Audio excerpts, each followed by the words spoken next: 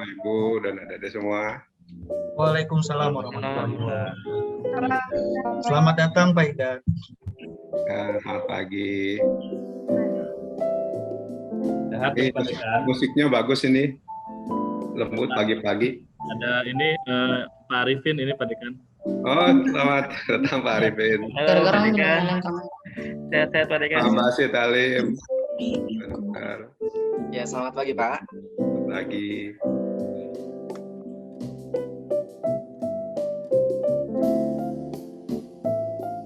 Assalamualaikum Bapak Ibu narasumber, Ibu Pangesti, Bu Dir. Assalamualaikum Bu. Waalaikumsalam warahmatullahi wabarakatuh. Salam kenal Bu. Ya, kembali. Dan semuanya ya Bu, Bapak. Ya. Ya. Terima kasih banyak Ibu sudah bersedia hadir, berkenan memberikan masukan Bu kepada kami.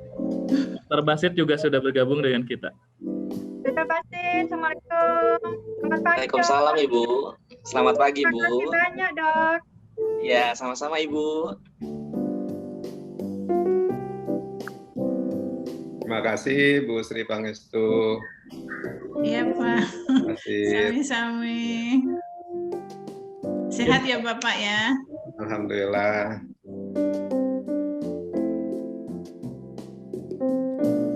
Mungkin bisa dimulai.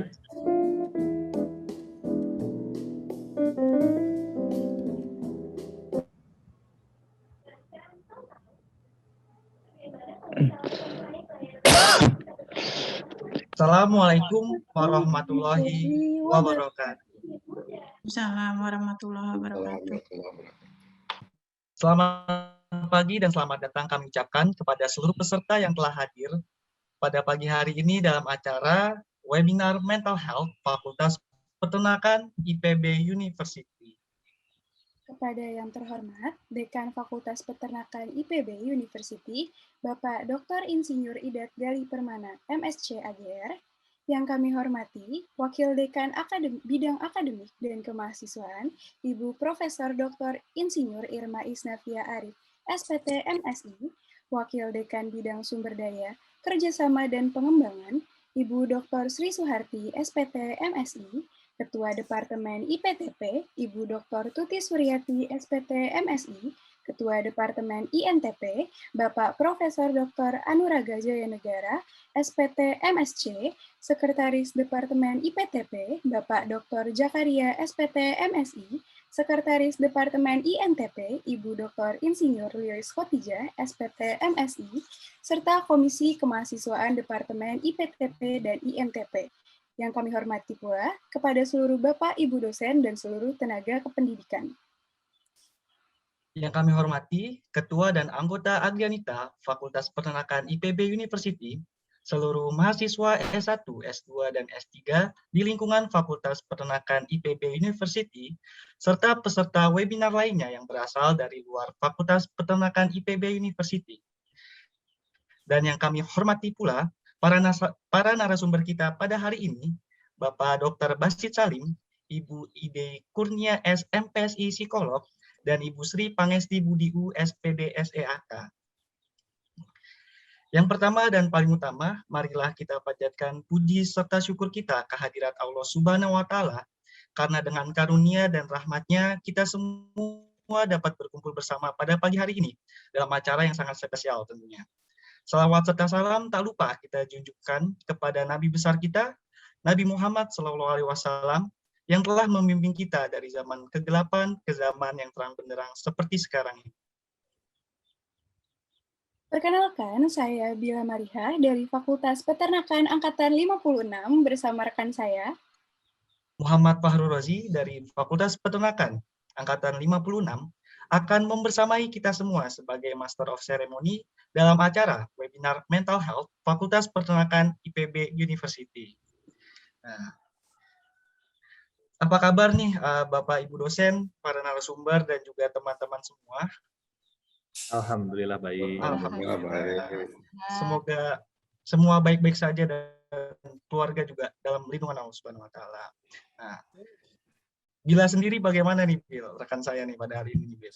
Alhamdulillah nih, hari ini kondisinya lagi fit banget. Kalau Oji gimana nih kabarnya, Oji? Alhamdulillah, luar biasa sekali nih, Bil. Sangat semangat nih, memandu acara yang spesial banget tentunya. Benar banget. Kepada seluruh peserta yang telah hadir, diharapkan untuk dapat mengaktifkan kameranya agar kita bisa bertemu sapa walaupun secara virtual, namun tetap mematikan mikrofonnya nih selama acara berlangsung. Dan juga diharapkan agar dapat mengikuti rangkaian acara sampai akhir, karena nantinya akan ada sesi kuis di mana akan ada door prize untuk 3 orang pemenang. Nah, selain itu, juga jangan lupa untuk mengabadikan momen webinar ini di Instastory teman-teman semua, karena nantinya akan ada hadiah juga untuk 3 orang dengan Instastory yang paling menarik. Nah, ketentuannya nanti akan panitia share pada saat sebelum penutupan acara nih, Bil. Betul sekali. Nah, jadi seru banget rangkaian acara hari ini dan banyak juga hadiahnya. Jadi dapat diikuti hingga akhir acara nih, karena banyak banget manfaatnya dari acara hari ini.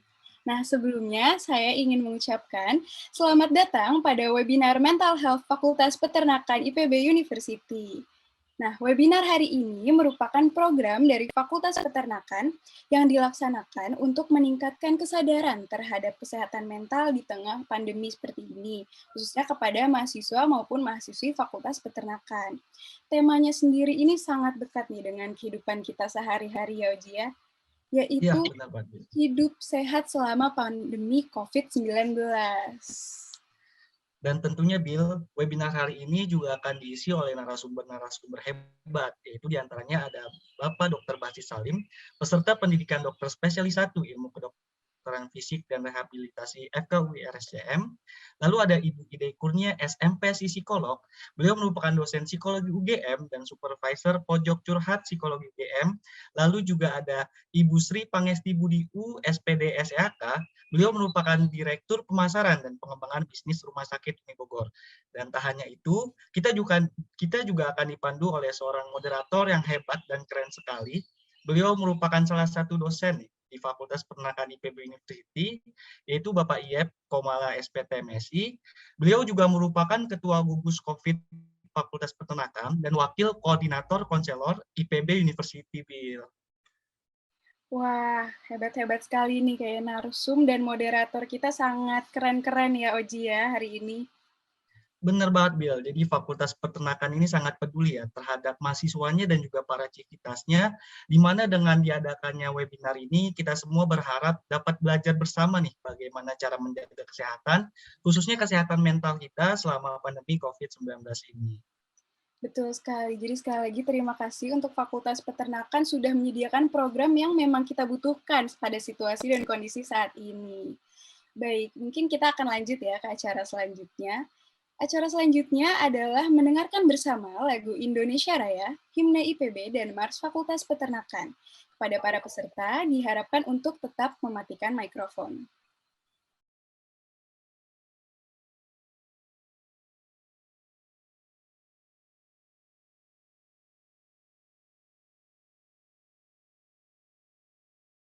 Bersama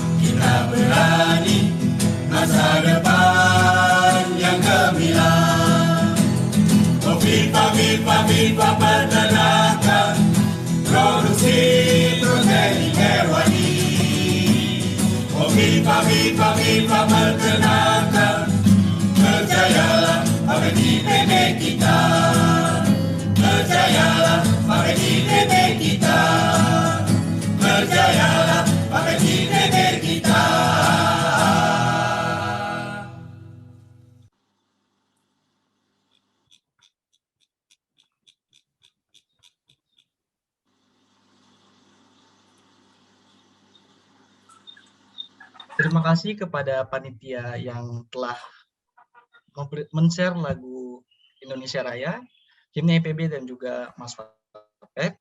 Nah, Bill, rasanya kurang lengkap nih jika kita sudah berkumpul bersama pada acara yang spesial ini, namun kita tidak menyuarakan jargon kebanggaan Fakultas Peternakan nih, Bill.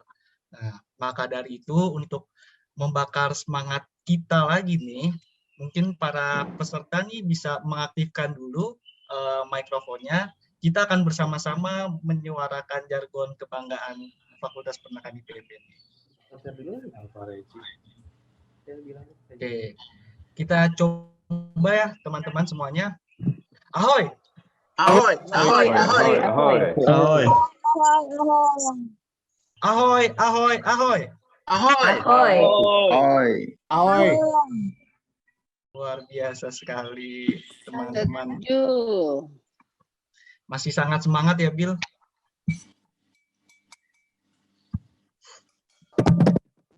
Mungkin itunya diinikan dulu ya, menyanyikan lagu Indonesia Rayanya di close dulu ya.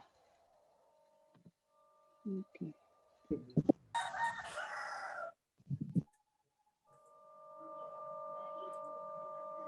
Baik.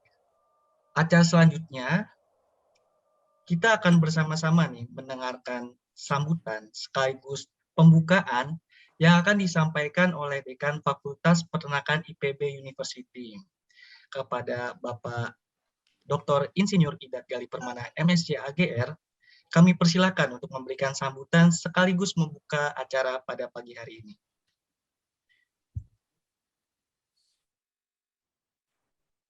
Baik, terima kasih Oji.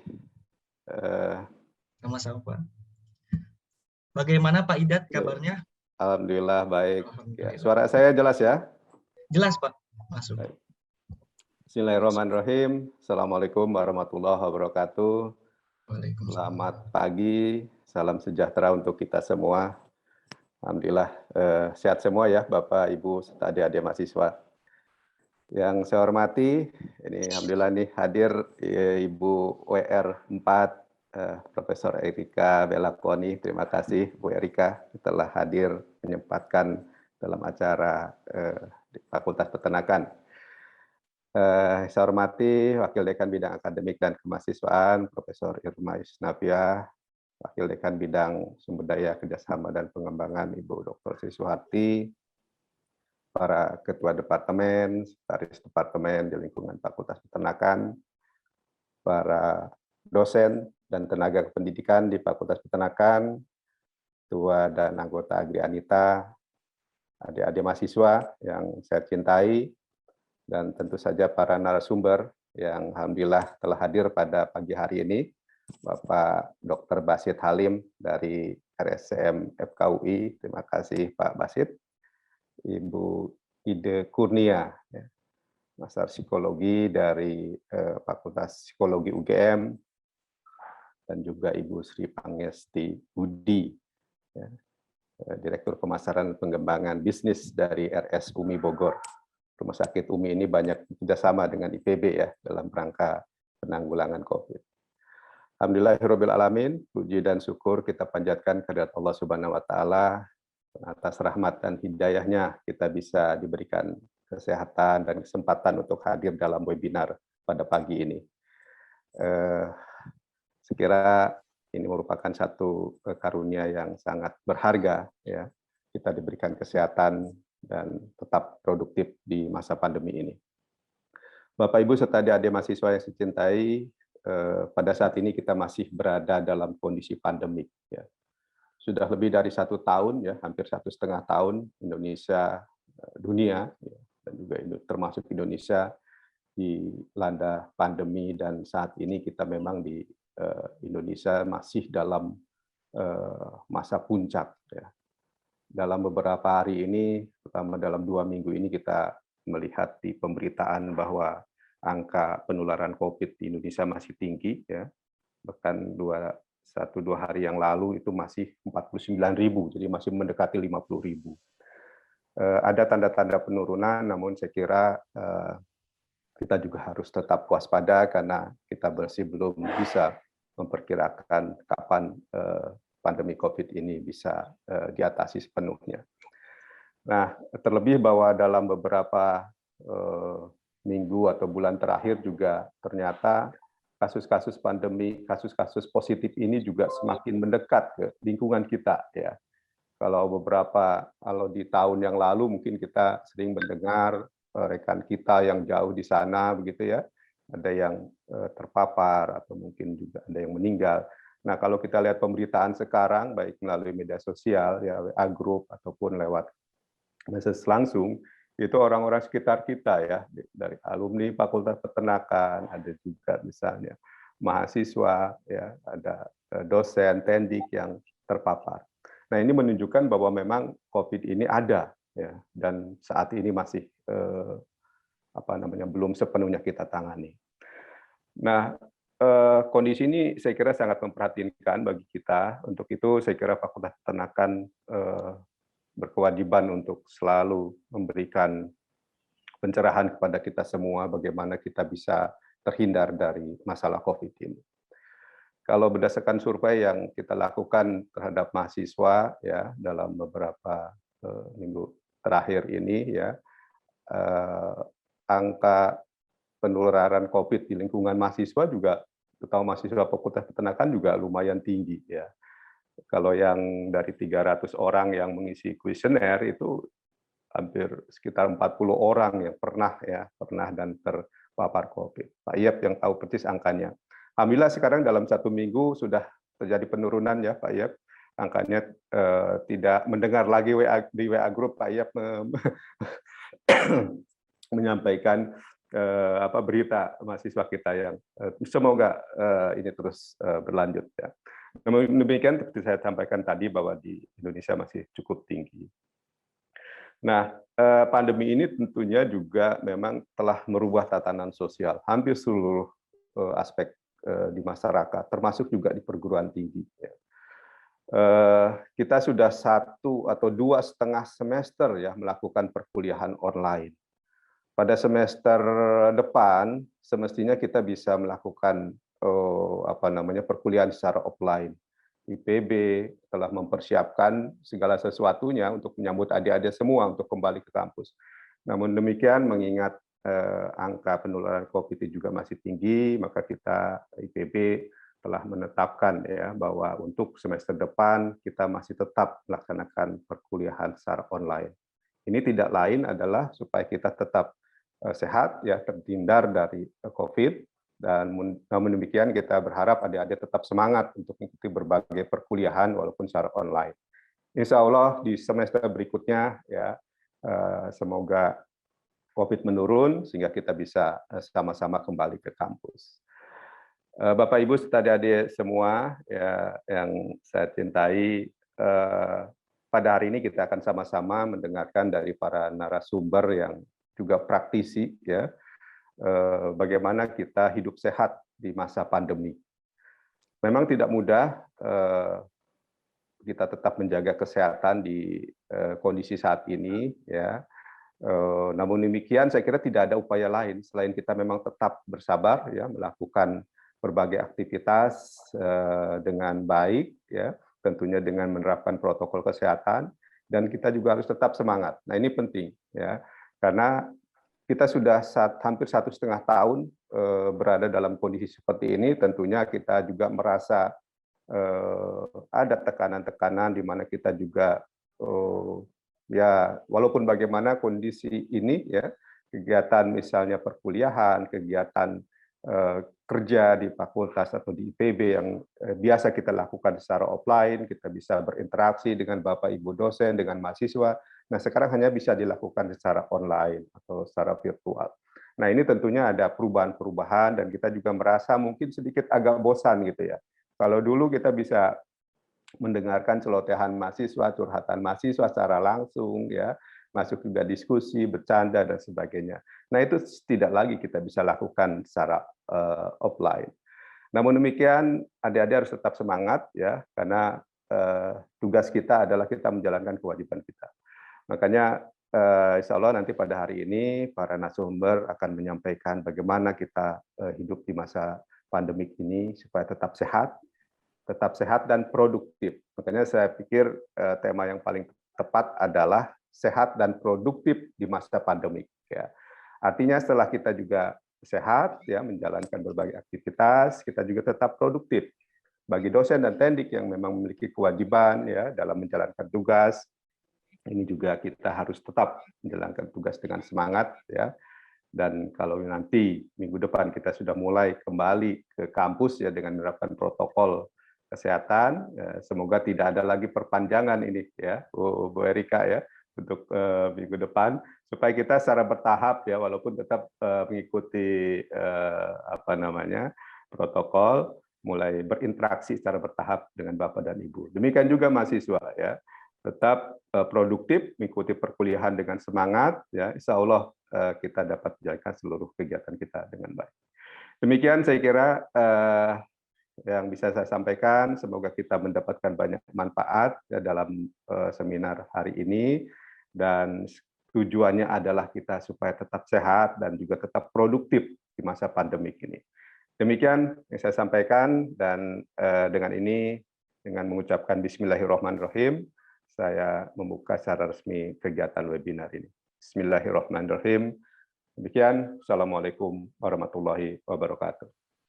Waalaikumsalam warahmatullahi wabarakatuh. Terima kasih kepada Bapak Dr. Insinyur Idat Dewi Permana, MSc AGR, yang telah memberikan sambutan sekaligus pembukaan pada acara webinar Mental Health Fakultas Peternakan pada hari ini. Nah, benar sekali semuanya. Seperti kata Pak Idat, mari kita manfaatkan sebaik mungkin program seminar ini untuk meningkatkan kesehatan dan kesadaran kita akan kesehatan mental. Jangan lupa untuk tetap waspada dan terus menjaga protokol kesehatan. Baik. Selanjutnya kita akan masuk ke acara inti kita nih. Dan acara inti kita ini akan dipandu oleh moderator kita yang sangat hebat dan keren sekali. Seperti yang sudah saya katakan di awal, beliau merupakan salah satu dosen kita di Fakultas Peternakan IPB University. Kepada Bapak IF Komala SPT MSI, waktu dan tempat kami sediakan. Baik, terima kasih Mas Oci dan Mbak Bila, ya. Alhamdulillahirrahmanirrahim. Assalamualaikum warahmatullahi wabarakatuh. Terima kasih banyak kepada pimpinan Fakultas Peternakan, serta departemen, Bapak dan Ibu dosen, serta adik-adik mahasiswa, serta narasumber yang luar biasa pada hari ini. Untuk acara yang pertama, yaitu untuk narasumber yang pertama, boleh saya undang, boleh di spotlight. Ini teman saya yang luar biasa di UGM, Ibu Ide Kurnia Swasti, MPSI Psikolog. Baik, bagaimana kabarnya Bu Ide? Alhamdulillah baik, Pak ya. Baik, alhamdulillah. Ketemu lagi ya. Ketemu lagi ya, walaupun di online Zoom ya. Iya, betul. Beliau ini psikolog, dosen psikologi di UGM. Kebetulan memang beliau ini adalah sebagai psikolog klinis dan koordinator di sana. Ini luar biasa memang. Jadi kemudian beliau juga konselor dan speaker. Jadi ini tidak salah kita mengundang beliau yang luar biasa dan hebat. Jadi akan menyampaikan materi pada pagi hari ini. Karena Bu Ide ini padat sekali jadwalnya, jadi jam 10 ada Zoom lagi ya. Tadi pagi ada Zoom, sekarang jam 10 ada Zoom lagi. Mungkin itu saja yang bisa saya sampaikan di CV-nya. Mungkin langsung saja Bu Ide. Dipersilakan Bu Ide. Baik. Terima kasih Pak Yep atas kesempatannya. Saya langsung memulai sesi ini. Selamat pagi. Assalamualaikum warahmatullahi wabarakatuh. Salam sejahtera untuk kita semua. Salam sehat selalu. Bapak dan Ibu, juga adik-adik mahasiswa ya semua, salam kenal. Nah ini silaturahmi pertama, kalau dulu saya ketemu dengan Pak Yap tahun 2018 itu memang ada wacana, wah pengen nih main ke Bogor gitu ya. Tapi belum sempat terrealisasi gitu. Nah, sementara kita silaturahminya melalui Zoom meeting gitu. Baik, betul sekali tadi yang disampaikan oleh Pak Iyap, kebetulan hari ini bersamaan dengan kegiatan pelatihan untuk panitia mahasiswa PPSMB ya di UGM 2021, tapi insya Allah ya saya sudah menyampaikan kepada rekan-rekan untuk di backup dulu seselesainya saya kegiatan di sini, nanti akan kembali ke sana. Jadi enggak apa-apa Pak Iyap, insya Allah kita bisa lanjut nanti, sayang sekali kalau diskusinya harus ini terpotong ya. Terima kasih atas kesempatan yang diberikan kepada saya untuk hadir pada sesi kegiatan hari ini. Semoga dapat memberi manfaat untuk kita semua. Amin. Baik, mohon izin share screen ya Pak Iyap dan juga Bapak Ibu dan adik-adik. Bismillahirrahmanirrahim. Baik. Oke. Sudah tampil ya? Kalau suara saya apakah dapat terdengar dengan jelas? Ya, jelas Bu Ide. Alhamdulillah. Terlihat juga share screen-nya. Baik. Oke, baik. Saya sepakat dan terima kasih sekali tadi sudah disinggung oleh Bapak Idat mengenai sehat itu adalah terdiri dari dua ya, tidak hanya sehat fisik saja tetapi juga sehat mental, dan harapannya adalah dengan kondisi yang sehat fisik dan juga sehat mental itu kita tetap bisa menjalankan kehidupan kita. Nah, ini secara produktif gitu ya. Sehingga topik yang akan saya sampaikan pagi hari ini lebih ke bagaimana pengaturan diri kita sendiri begitu ya, dalam bahasa Inggris istilahnya adalah self regulation. Jadi bagaimana kita menjadi self-regulated person gitu ya, kita mengelola diri kita dari unsur yang paling kecil ya. Karena apa? Karena akan membuat kita menjadi frustrasi apabila kita lebih banyak untuk menuntut ya eksternal gitu ya. Seharusnya begini, seharusnya begitu dalam situasi seperti ini, padahal banyak hal eksternal ya yang ada di sekitar kita itu adalah di luar kendali kita, di luar kemampuan kita untuk dapat mengelolanya. Sehingga balik lagi, karena apa yang kita miliki itu berada di diri kita, maka kita fokuskan untuk mengelola diri kita terlebih dahulu untuk menghadapi situasi saat ini yang penuh gejolak ya. Ini kabarnya PPKM diperpanjang ya. Kalau di Yogyakarta kebetulan untuk surat edaran dari gubernur juga sudah rilis lagi Pak Yap ini untuk perpanjangannya dari gubernur DIY. Nah itu semua adalah hal yang tidak bisa kita kontrol gitu. Kalau kemarin kita punya rencana nanti setelah 20 Juli aku bisa main ke sini, main ke situ, kan udah selesai PPKM-nya. Ternyata ya kondisi di lapangan berkata berbeda gitu. Jadi kita harus mengikuti perkembangan yang ada gitu. Baik, nah itulah tantangan-tantangan yang kita hadapi saat ini ya. Kalau kita ngomongin difficulties gitu ya, mau dibikin listnya panjang banget tuh difficulties, kesulitan banyak sekali. Nah, ketika seperti itu dan kita tidak imbangi dengan kita melihat apa yang sudah kita lakukan, apa yang sudah kita upayakan, nah yang terjadi adalah di situ kita merasa bahwa hidup kita kayak nggak ada gunanya, nggak ada artinya gitu ya. Nah ini kalau ngomongin tentang kesehatan mental, ini adalah apa namanya titik yang sangat dapat berpotensi membuat kita ngedrop ya. Nah, ngedropnya itu tidak hanya sedikit ya, barangkali bisa ngedrop dramatis gitu ya, langsung terjun bebas gitu. Apalagi kalau kita berlarut-larut misalnya membandingkan dengan kondisi kita dulu sebelum ada pandemi. Nah, ini adalah apa namanya hal yang tidak, ibarat kata memang tidak berguna lagi karena sudah tidak mungkin kita kembali kepada masa-masa sebelum adanya pandemi. Nah, kalau kita mau bilang seandainya ini begini, seandainya begitu, nah itulah yang justru kemudian menyedot energi kita. Padahal kita bisa gunakan energi kita melakukan yang ada di hadapan kita. Namun karena wishful thinking, berandai-andai ya, seandainya begini, seandainya begitu, nah itu yang terasa menjadi menghabiskan energi karena kita berfokus pada goals yang itu ya nggak mungkin itu untuk bisa kita capai lagi.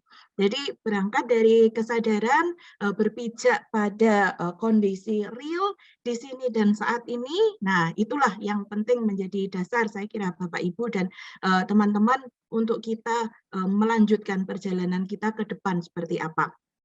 Nah, ini pertanyaan yang sering saya lontarkan untuk mengawali. Kira-kira kita ini sehat mental nggak ya? Non sewu, karena saya diminta untuk fokus menyampaikan mengenai kesehatan mental ya. Nanti ada Pak Dokter yang akan menyampaikan dari sisi fisiknya, barangkali seperti itu. Nah, jadi ini pertanyaan saya langsung aja nih. Nah, ya.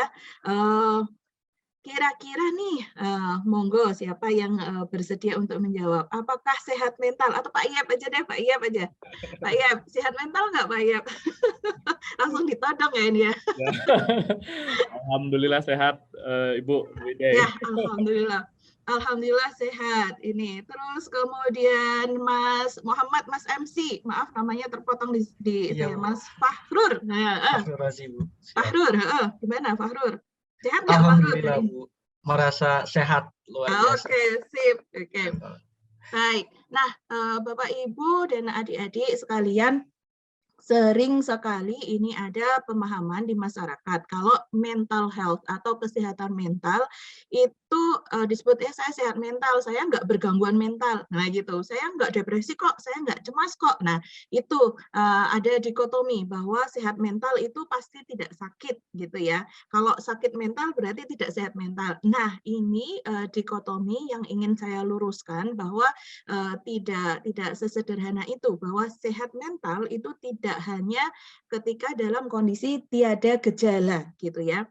Bukan berarti tidak hanya seperti itu saja, tetapi sehat mental ini yang disampaikan oleh WHO, definisi sehat mental melalui WHO itu ada 4 hal di sini yang bisa kita gunakan sebagai patokan nih. Yang pertama, nih ya, paham nggak kalau kita punya kemampuan, atau paham nggak kalau kita punya modal, kita punya kelebihan-kelebihan. Nah ini juga penting gitu ya, ternyata itu adalah tolok ukur sehat mental juga gitu.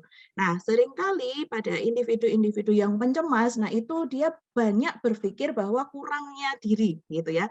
Saya kurang begini, saya nggak cantik, saya rambut saya nggak lurus, nggak panjang, kulit saya nggak putih, dan segala macamnya. Itu kalau ngomongin tentang fisik ya, saya nggak pedean orangnya dan segala macam. Tetapi ketika ditanya, nah kamu punya kemampuan apa gitu ya, kamu punya apa namanya bakat apa gitu, kamu bisa apa, nah gitu dia tidak bisa menjawab karena banyak terfokus pada kekurangan-kekurangan yang ada di dirinya. Nah itu menjadi indikator bahwa dia memang dalam kondisi yang kurang sehat secara mentalnya, tidak bisa melihat dirinya secara berimbang.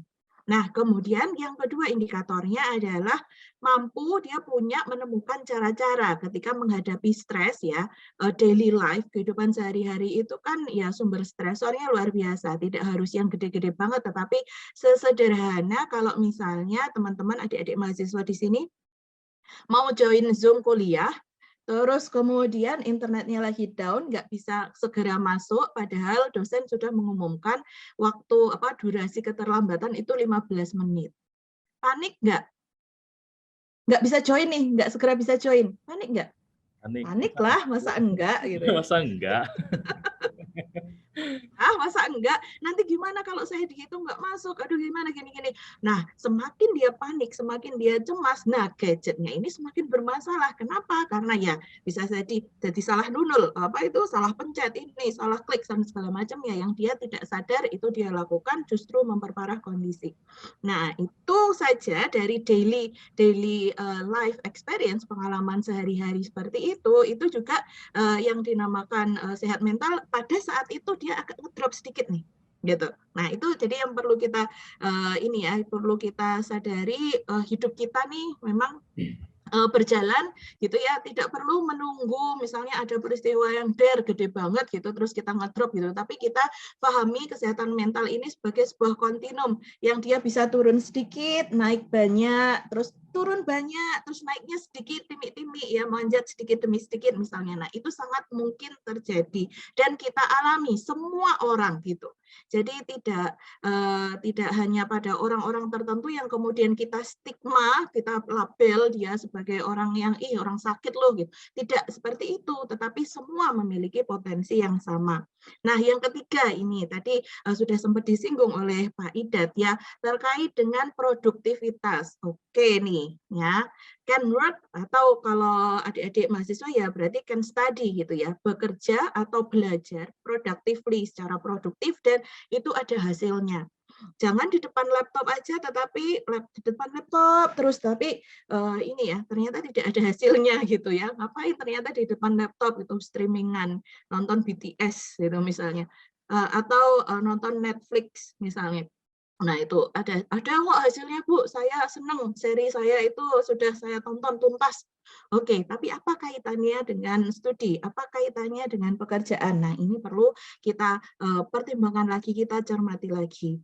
Bu, saya kan butuh me time. Oke, butuh me time. Nah, berarti targetnya setelah nonton itu adalah fresh dan bisa bekerja. Nah, kalau setelah nonton itu malah jadi kebayang-bayang tokoh yang ada di filmnya, nah ini kan jadi nggak ini lagi ya, jadi nggak produktif, tidak sesuai dengan sasaran. Nah, kemudian Bapak, Ibu, dan teman-teman, ternyata, nah ini yang jarang difahami, bahwa mental health itu juga berkaitan dengan lingkungan sekitar. Bagaimana kita bisa berkontribusi pada komunitas di sekitar kita. Gitu. Nah, kalau misalnya nih 1, 2, 3 yang saya sampaikan tadi kan lebih cenderung ke diri kita sendiri ya, tapi ternyata orang yang sehat mental itu adalah orang yang peduli juga terhadap lingkungannya, sekitarnya gitu. Oh, kalau ada kabar misalnya di lingkungan sekitar kita ada yang sakit atau kawan kita yang sedang sakit, berarti apa yang bisa kita lakukan gitu ya. Ngechat untuk menanyakan kabarnya, atau kita bisa mengirimkan sesuatu yang untuk dia gitu, apa vitamin atau makanan sesuai dengan kemampuan kita untuk menunjukkan bahwa kita memiliki kepedulian kepada teman-teman atau lingkungan sekitar kita. Nah, ternyata itu gitu. Mental health tidak hanya nggak sakit aja, ternyata ada 4 hal di sini ya, Bapak, Ibu, dan teman-teman menurut WHO di tahun 2004 ini. Nah, ini perjalanannya dinamis seperti yang saya sampaikan tadi. Jadi nggak cuman misalnya kalau wah saya sudah sehat mental nih berarti selamanya saya akan berada dalam kondisi ini, jelas itu tentu tidak. Kalau selamanya itu kayak overgeneralisasi banget gitu, tetapi di situ perlu kita pahami ada naik turunnya, ups and downs-nya. Jadi ketika kita berada di kondisi ups ya, kita perlu sadar juga bahwa oke, nah ini adalah modal yang aku miliki. Nah, kemudian kalau dalam situasinya tadi nanti akan jadi turun gitu ya, down gitu, apa yang dapat saya lakukan? Nah, di sini yang perlu kita kembangkan adalah cognitive and social skills. Jadi ini kalau di adik-adik mahasiswa nih Pak Yep, sering saya dapat curhatan itu udah langsung tuh mengatakan, Bu atau Mbak gitu ya kalau manggil saya, Bu saya itu overthinking. Nah itu saya tahu belum apa-apa udah menyebutkan bahwa saya tuh overthinking. Nah oke, sebentar overthinkingnya seperti apa, kamu menghadapi apa. Baik, inilah yang menyebabkan overthinking adalah ketika kita menangkap semua hal di lingkungan kita itu sebagai stresor. Maka diperlukan cognitive and social skills ini untuk memilih ya dan memilah. Oh ya, tidak semuanya loh harus kita pikirkan, tidak semuanya loh harus kita pusingkan begitu ya. Tidak semuanya kita serap dan kita jadikan sebagai beban untuk diri kita. Ya, nah itu perlu ada penilaian-penilaian. Nah, kadangkala kalau kita menilai-nilai sendiri itu ya sok meleset gitu ya, kadang meleset ya, itu jadinya overthinking tadi. Maka kita perlu untuk mengkomunikasikan dengan orang-orang di sekitar kita, tidak perlu semua orang, tidak perlu dipost di media sosial juga ya sebenarnya, tapi intinya adalah significant person, orang-orang yang penting dalam kehidupan kita. Misalnya untuk Bapak Ibu yang sudah menikah berarti ngobrol dengan suami atau dengan istrinya. Adik-adik mahasiswa bisa dengan temannya, ya, bisa dengan peer group-nya, circle yang dia percaya gitu. Jadi kalau dia merasakan sesuatu gitu bisa disampaikan. Misalnya beberapa hari yang lalu teman dekat saya di grup WA itu cerita, kok ada gini ya, kok ada mafia swab ya, kayak gini, aku kok resah. Nah itu dia menceritakan di grup itu untuk meredakan gejolak emosinya. Nah nyambung dengan poin yang kedua ini, emotional regulation. Kadang kalau kita mikir-mikir sendiri, ngerasa sendiri, itu jadinya berat banget ya, Pak ya. Kayaknya wah semuanya itu menjadi semua bertumpuk menjadi satu dan itu membuat kita menjadi berat. Padahal ya dengan kita mengobrol, menyampaikan kepada rekan-rekan orang yang kita percaya, dengan kita menilik kembali penilaian kita itu tadi ya, bisa jadi ternyata tidak seberat itu gitu. Nah, dengan 1 dan 2 ini maka kita juga akan terasah empati kita. Ya, empati kita. Jadi kita tidak dengan mudah kalau bahasa Jawa itu adalah orang gumunan, nggak gampang kaget, nggak gampang heran gitu ya. Nah, gitu. Sehingga tidak mudah untuk terbawa suasana, tidak mudah baper. Nah, kalau kita melihat postingan-postingan misalnya di TikTok yang ramai gitu ya, yang di FYP-in, yang di viral begitu ya, misalnya video-video yang mengandung bawang, nah gitu itu yang bikin kita kalau nonton nangis gitu ya. Nah itu kita juga menjadi ada unsur logisnya juga ya, bahwa kita saring nih, kalau kita sering nangis melihat itu barangkali kita akan secara emosi terlarut, terbawa. Oke, kalau kayak gitu membuat saya jadi nggak mood seharian misalnya. Oke, berarti kita saring.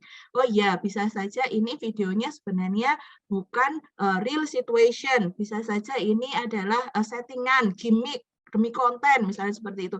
Tetapi ada pesan. Nah, oke, pesannya itu yang kita tangkap ya, emosi berlebihnya itu yang kemudian kita coba untuk kelola agar kita ini tidak menjadi simpati ya, empati saja tetapi tidak menjadi simpati.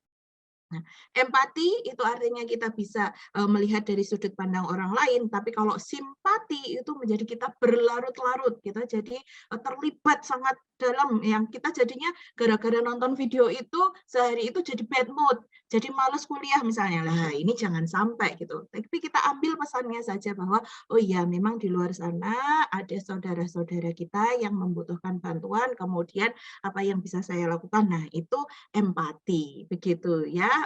Teman-teman, adik-adik mahasiswa nih ya, terutama yang main TikTok nih ya, kalau ketemu video-video bawang ya, mengandung bawang yang bikin nangis gitu Pak Yap. Nah itu oke, kita ambil nih pesannya apa. Nah, dengan demikian maka kita akan menjadi lebih fleksibel untuk mengatur diri kita dalam upaya untuk menjaga kesehatan mental kita. Oke, nggak apa-apa loh kalau misalnya mau detox digital dulu. Saya hari ini nggak mau buka grup, gitu ya. Misalnya, ya itu kalau misalnya takut dicari orang gitu ya, silahkan dipamit lah ya, disampaikan kepada orang-orang yang significant person, misalnya atasan, kalau Bapak Ibu di tempat kerja ya, kadang WA group atau Line group itu juga membawa itu membawa stimulus yang membuat kita jadi drop gitu ya. Nah, itu bisa disampaikan, mohon maaf Pak, saya untuk hari ini saya ingin rehat dulu dari WA gitu ya, dari WhatsApp group. Apabila ada keperluan yang bersinggungan langsung dengan saya, mohon untuk kontak via Japri gitu ya, Wapri gitu. Misalnya seperti itu, kita komunikasikan gitu ya. Nah, kenapa? Dalam rangka untuk menjaga kesehatan mental kita sendiri. Nah, kadang-kala untuk kita yang sangat sensitif terhadap ini ya, karena kita mudah berempati dan kita sulit untuk menjaga agar tidak terlarut ke simpati. Nah, berita-berita tentang bahkan orang yang tidak kita kenal itu sudah sangat berpengaruh kepada mood kita. Nah, jadi di situ flexibility and ability to cope, nah itu kita yang mengatur sendiri. Nah, sehingga apa? Sehingga kita bisa komunikasikan, terus kita bisa berperan sesuai dengan social roles kita itu tetap berjalan dengan baik gitu. Bapak Ibu yang sebagai staff, Bapak Ibu sebagai dosen, Bapak Ibu sebagai pejabat ya. Wah, ini saya juga luar biasa tadi hadir Ibu Wakil Rektor ya Bu Erika. Terima kasih sekali Ibu sudah hadir tadi. Nah, itu perannya kan banyak sekali begitu ya. Ya, saya wah luar biasa, saya kagum sekali dengan Bapak Ibu semua ini dengan double peran. Nggak hanya double, mungkin triple ya Pak Yep. Dan juga teman-teman di sini ya. Nah, itu kita coba kelola bagaimana dapat berfungsi dengan baik. Dan yang terakhir nanti akan nyambung dengan materi yang disampaikan oleh Pak Dokter. Nah, itu adalah harmonisasi antara tubuh kita dengan jiwa kita atau mind ya, pikiran kita. Nah, itu harus diselaraskan ya. Gimana bisa menjaga tidur gitu, tidur yang berkualitas. Ya udah kalau tidur lampunya dimatikan misalnya dalam kondisi yang tenang ya, sebisanya menjaga waktu tidur itu yang berkualitas 3 atau 4 jam, yang penting berkualitas gitu. Daripada seharian rebahan tetapi pikirannya kemana-mana, bangun capek juga, nggak bisa ngapa-ngapain juga ya. Ini seringkali ini saya dapatkan keluhan dari adik-adik mahasiswa, badannya nggak ngapa-ngapain Pak ya, badannya rebahan, tetapi pikirannya berkelana gitu. Kenapa? Karena ya dia ini binge watching gitu ya. Ya, dia scroll medsos semua status WA orang dia lihat, semua Insta story dia lihat, dia jadi mind wandering, pikirannya kemana-mana, badannya nggak kemana-mana. Nah, ini tidak seimbang gitu. Jadi kita upayakan untuk bisa tetap seimbang. Kenapa? Karena kita pengennya itu kan sejahtera nggih Bapak Ibu dan juga adik-adik semua. Sejahtera itu tidak hanya sejahtera jadi sultan begitu ya, istilah anak zaman sekarang, jadi sultan sejahtera kaya raya, tidak hanya itu, tetapi emotional well-being, social well-being, ya psychological well-being-nya juga terjaga gitu. Nah, ini ada banyak sekali yang kita hadapi saat ini ya, deadline, kemudian untuk pekerjaan-pekerjaan, tugas-tugas, ya kalau adik-adik sekarang lagi libur semester mungkin ya. Nah, setelah ini catch up semester baru lagi, Bapak Ibu dosen menyiapkan semester baru lagi, ada belum juga tugas-tugas yang lainnya gitu. Kemudian kehidupan personal kita, karena semuanya ada di rumah, ya toh. Nah, ini kalau yang kemarin mungkin ada personal space sih, personal space-nya adalah pergi ke kantor ya untuk Bapak Ibu yang bekerja. Kalau adik-adik mahasiswa, ini cerita dari mahasiswa saya juga, personal space-nya adalah di kos-kosan, itu sekarang ditarik semua ke rumah, kayak nggak punya personal space, kayak nggak punya personal life yang dia bisa kontrol sendiri, karena di situ ya sudah campur aduk gitu ya. Yang tadi saya sepakat juga yang disampaikan Pak Idat, tatanan sosial ini menjadi wah udah itu ya, jadi kayak dibolak-balik begitu ya, tidak punya kesempatan untuk ini barangkali di rumah ya Kalau di rumah orangnya banyak, anggota keluarganya semua ditarik harus tinggal kembali ke rumah. Nah, itu butuh penyesuaian lagi gitu. Itu di dalam anggota keluarga. Belum lagi menyelaraskan dengan rekan kerja. Kalau dulu ngobrol bisa ini ya yang disampaikan Pak Ida tadi juga saya sepakat, saya mengalami juga ngobrol itu enak langsung nggak ada salah paham gitu. Kalau pakai chat itu kadang salah pahamnya ini ya, sangat tergantung pada kondisi emosi orang yang sedang membaca saat itu. Kalau dia lagi kemerungsung, lagi buru-buru, nah itu jadinya juga ini tangkapannya berbeda. Nah, sehingga di sini apa yang harus kita lakukan dan kapan kita mau memulainya. Nah, apa yang harus dilakukan? Kapan? Nah, kalau kapan jelas ya, sesegera mungkin harus gitu ya dilakukan. Nah, apa yang bisa kita lakukan? Nah, kita kelola nih. Ini sangat apa ya? Yang saya sampaikan di sini barangkali kok mekanistis gitu. Tapi mau tidak mau sekarang untuk melindungi diri kita, ya kita harus tek kayak gitu ya. Itu buat ini managing task demands ya. Kita punya tugas apa aja tuh gitu. Nah, sangat membantu Bapak Ibu dan teman-teman itu adalah menuliskan. Ya, saya banyak membaca kajian literatur dan juga referensi terkait dengan menulis ini ya, journaling itu sangat membantu untuk meredakan ketegangan yang kita miliki. Ya, jika dibandingkan hanya mengingat-ingat tugas itu di kepala kita saja. Nah, mind wandering yang tadi saya sempat singgung, kadang pikiran kita itu kemana-mana. Sebenarnya cuma satu poin, tapi jadinya wah kemana-mana gitu. Nah, dengan menuliskan itu, kita menjadi punya patokan yang jelas dalam artian bisa kita lihat real gitu ya. Satu, bla bla bla bla. Terus ada poin A, B, C misalnya seperti itu sangat membantu mengurangi beban psikologis kita ketika kita menilik ya tugas-tugas yang sedang kita hadapi atau akan kita hadapi begitu. Sehingga poin B kita bisa menentukan nih mana oh ya ini deadline-nya masih agak lama sehingga oh ini yang udah mepet banget. Oke, ini yang saya dahulukan begitu. Nah, kemudian menentukan yang C ini make adjustment to the goals gitu. Kalau goals-nya itu sangat besar sekali dan dalam kurun waktu yang singkat ini tidak memungkinkan untuk bisa kita akomodasi, oke, kita breakdown kayaknya oke, untuk sementara ini nggak perlu sampai ke situ deh ya. Yang untuk sekarang ini seperti ini dulu. Bagaimana bisa dikomunikasikan dengan tim, bisa dikomunikasikan dengan atasan, bisa dikomunikasikan dengan teman, bisa dikomunikasikan dengan pasangan begitu ya, agar di situ nyambung dan selaras. Kalau ini semua masih ada di pikiran kita, nah ini sulit. Kita barangkali cemberut karena mikir gitu. Nah, orang yang berada di sekitar kita atau orang yang melihat kita ini nggak ngerti ini cemberutnya kenapa gitu. Malah bisa kalau ketemu orang yang baper jadi misinterpreted gitu. Salah difahami. Nah, ini menimbulkan permasalahan berikutnya gitu. Jadi oke, kita bisa terapkan.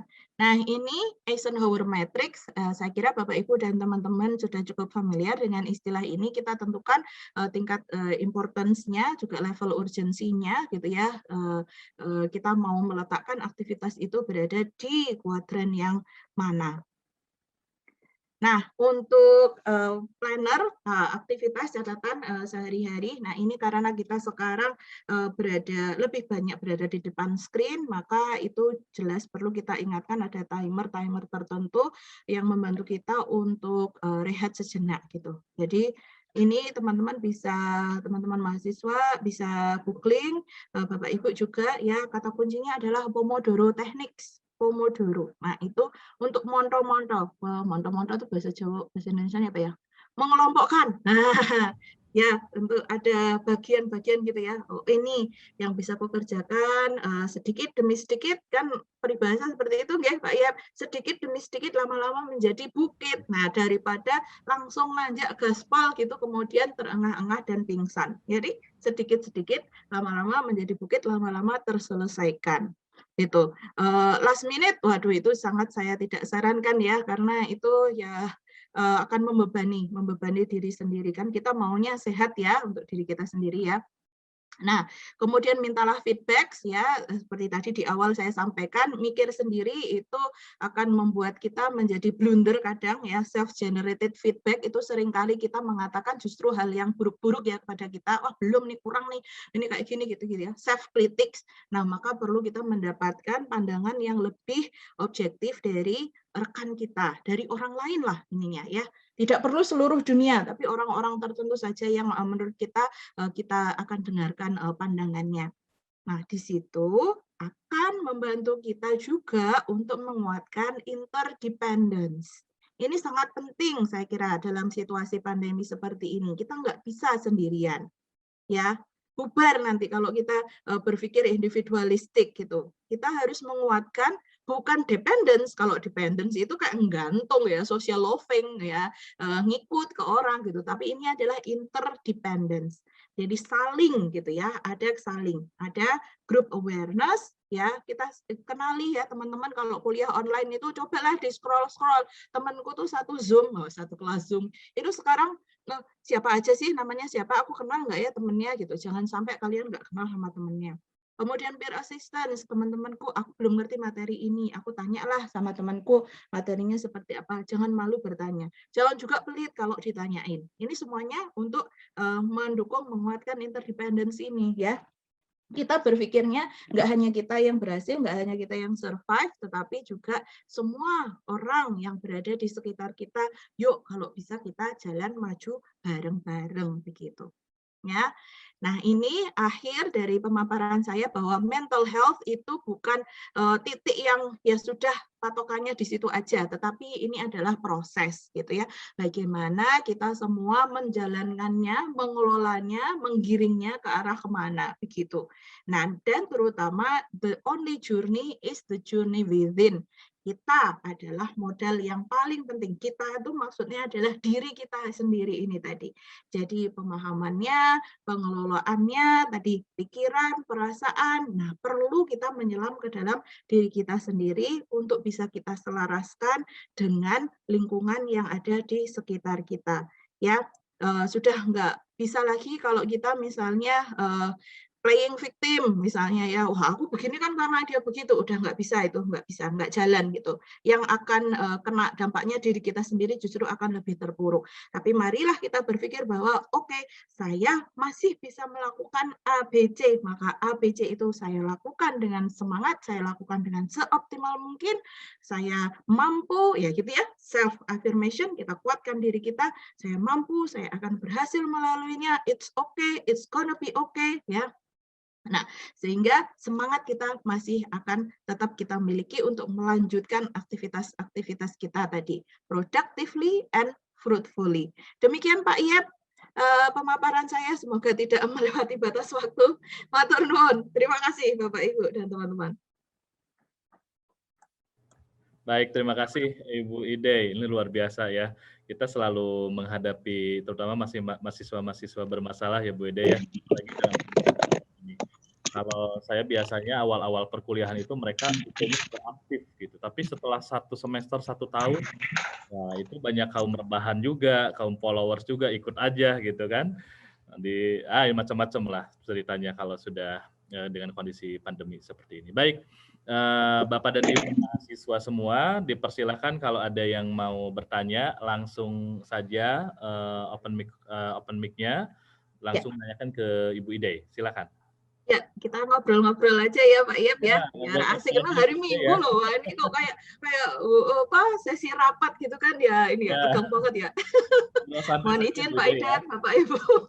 Saya sesi santai aja. Ya, monggo. Ini ada Bapak Eka. Nggih. Pak Eka, silakan Pak Eka. Terima kasih. Assalamualaikum warahmatullahi wabarakatuh. Saya Tendik dari Fakultas Peternakan. Salam kenal Ibu Ide. Pemaparannya sangat menarik. Mohon izin bertanya terkait feedback. Sebentar saya lower hand. Terkait feedback yang kita harus tahu dari orang. Kadang kita tidak bisa memilih orang yang mana yang negative thinking dan positive thinking ke kita. Nah, bagaimana kita mensikapi setelah kita tahu dari mereka feedback terhadap diri kita ini ternyata baik semua atau negatif semua. Nah, sebenarnya apa yang harus kita evaluasi dari respon dari mereka? Begitu mungkin, mohon maaf apabila kurang berkenan. Terima kasih Pak Iyep dan Ibu Ide.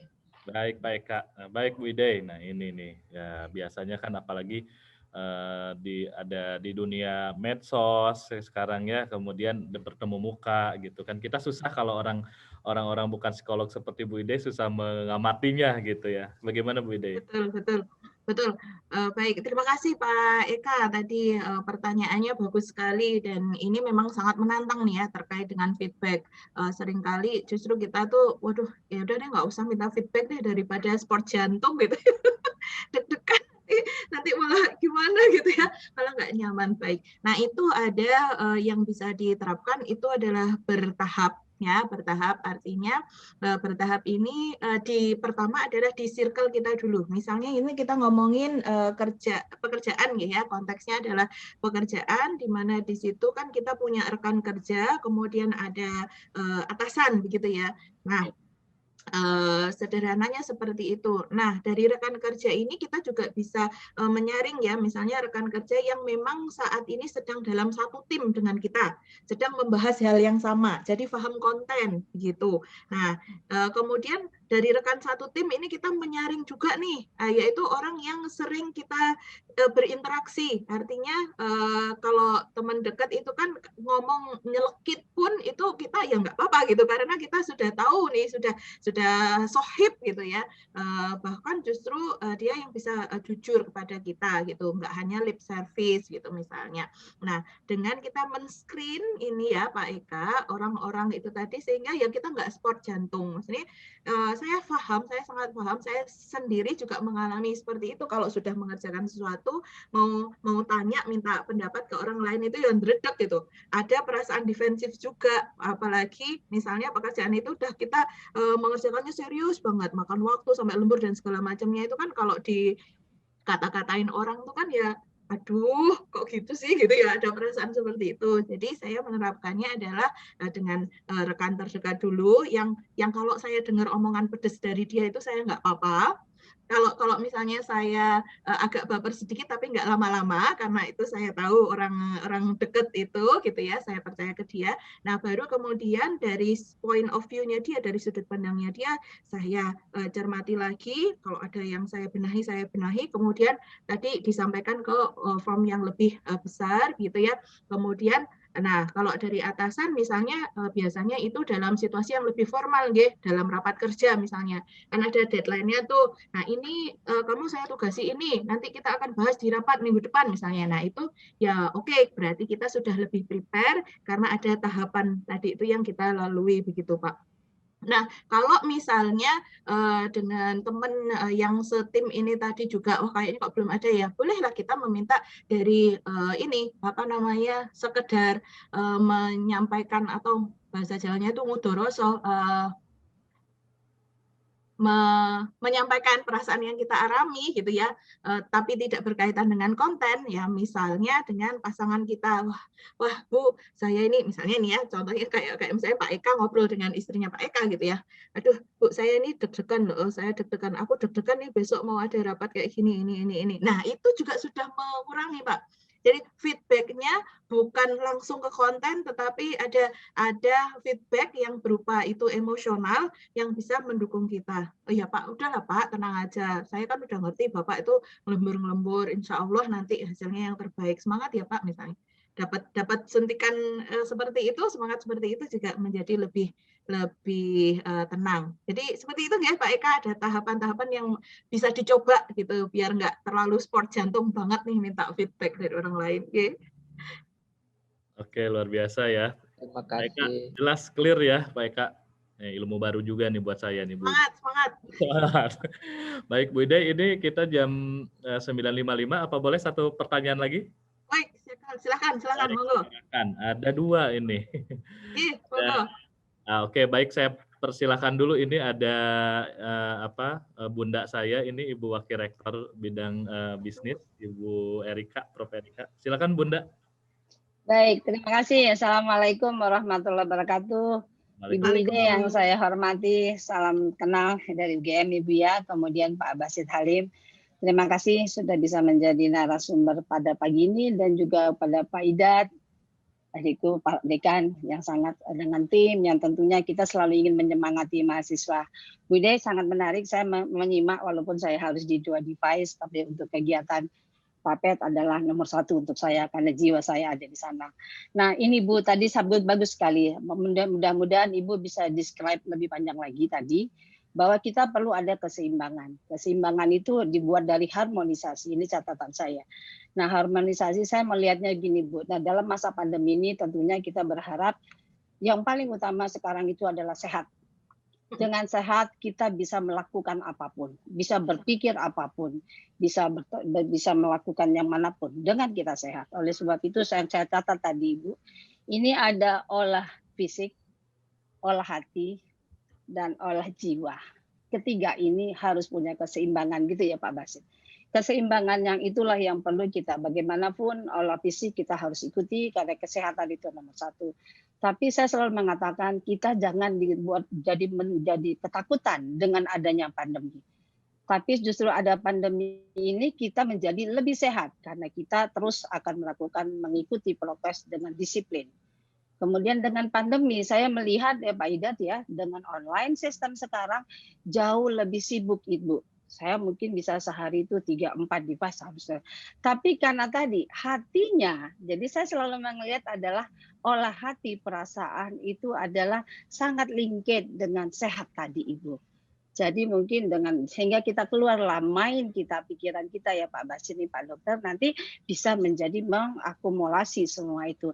Bisakah nanti Ibu, bisa Bu Ide dan Pak Basit formulasikan dengan bahasa mudah dimengerti oleh para mahasiswa, anak-anak bunda yang hadir semua di sini, agar anak-anakku lebih semangat.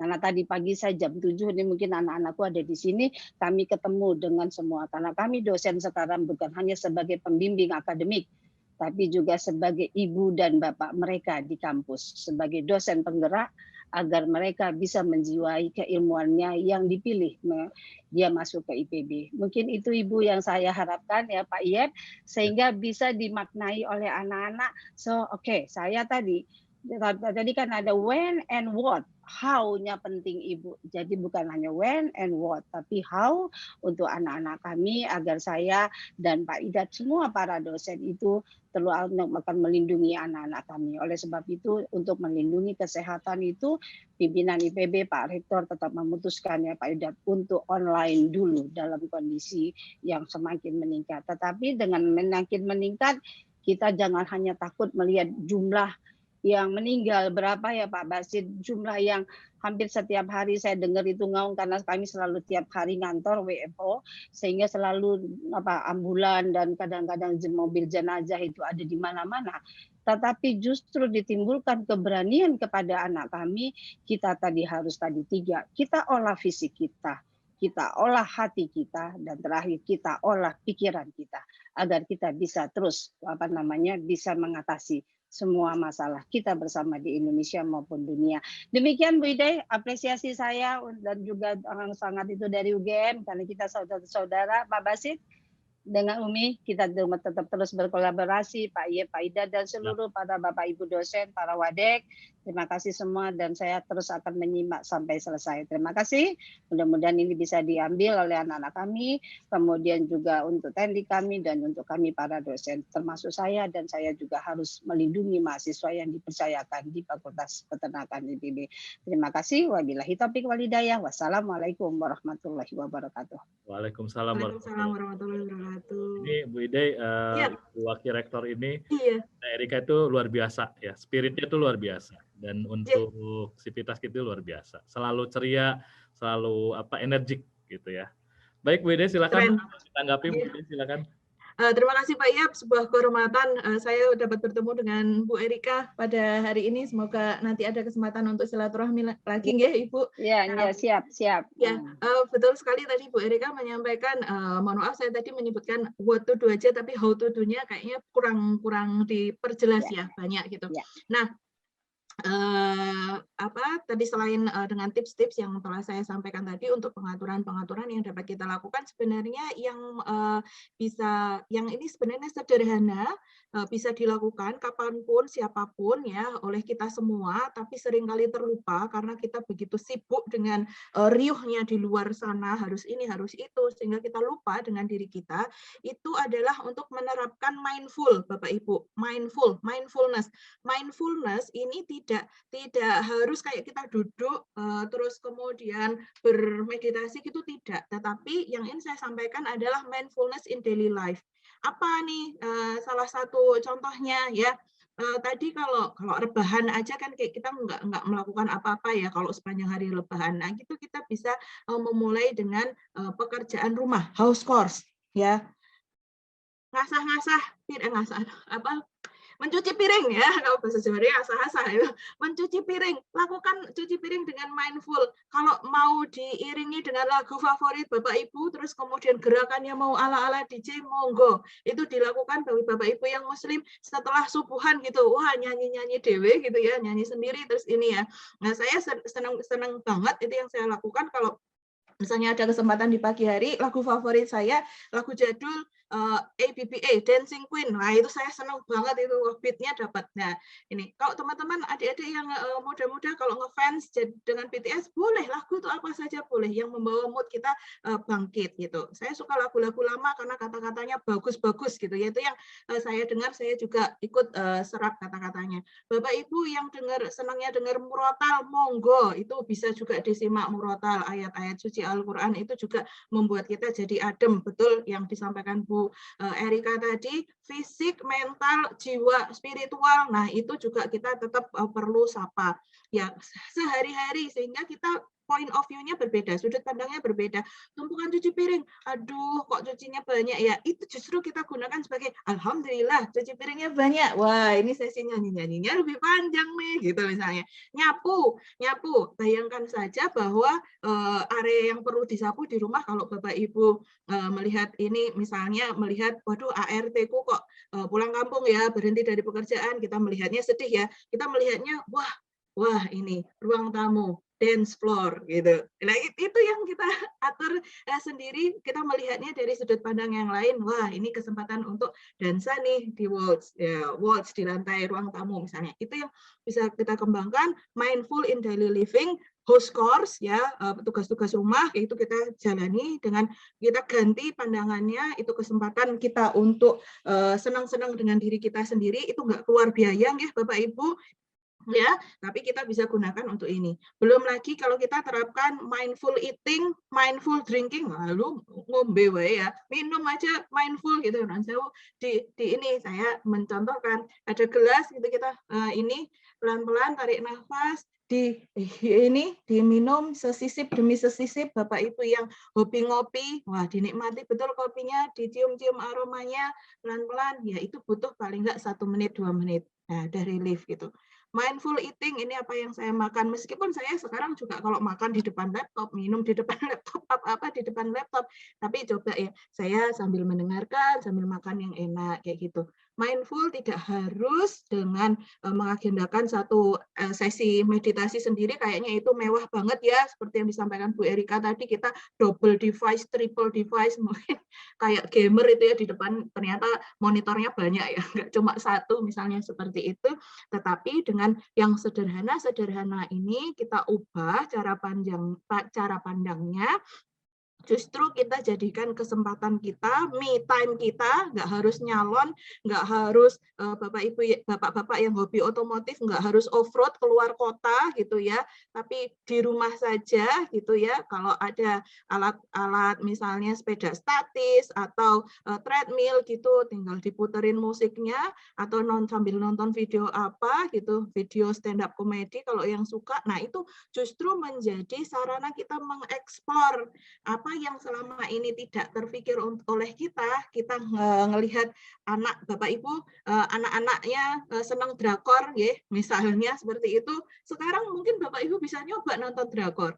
Siapa toh Song Joong Ki itu? Oh ya jebol ya ganteng ya, bener ya anak gadisku tergila-gila sama Song Joong Ki misalnya. Seperti itu ya, Bapak Ibu, Bu Erika.